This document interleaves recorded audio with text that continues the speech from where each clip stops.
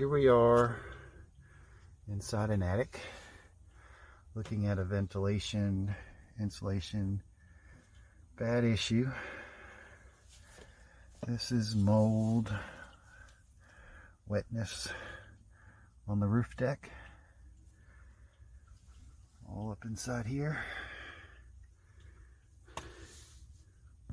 all up through there. And there's actually the water pool up. Insulation is soaked back through there. Boards are wet through here. And back through here. And it has this Armafoil insulation in here that I believe is part of the problem.